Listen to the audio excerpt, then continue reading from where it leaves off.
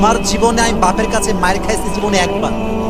সেই মায়ের কখন, যখন আমি হেফজোনাতে বের হয়ে আসছি কিতাক মানে ভর্তি হয়েছি, তখন আমাকে এমন মারা মেরেছে, আমি জীবনে এরকম মায়ের খাই নাই। কেন মেরেছে? একটাই কারণ, এই মোবাইল ফোন।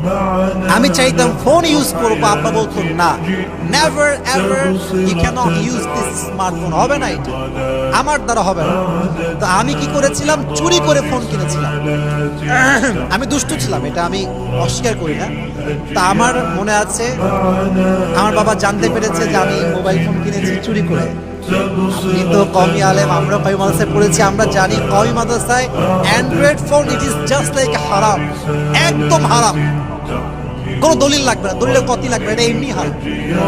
তা আমার বাবা, আমি মোবাইল ফোন কিনেছি, আব্বা জানে, আমাকে মানা করছে যে বাবা দেখে দাও, তোমার বয়স হয়নি, বয়স হলে আমি তোমাকে নিজে কিনে দিব, সমস্যা নেই।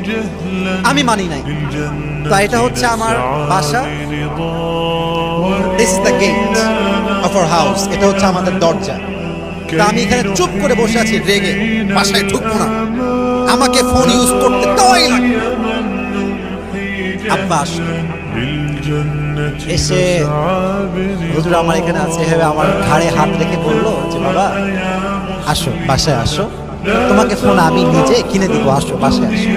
আমি বলছি আমি যাবো না, আমার এখনই ফোন লাগবে। এই যে মায়ের শুরু হলো, মায়ের খাইতে খাইতে আমার মা দৌড়ায় আসছে, ওরা আর মাইলেন না আপনি।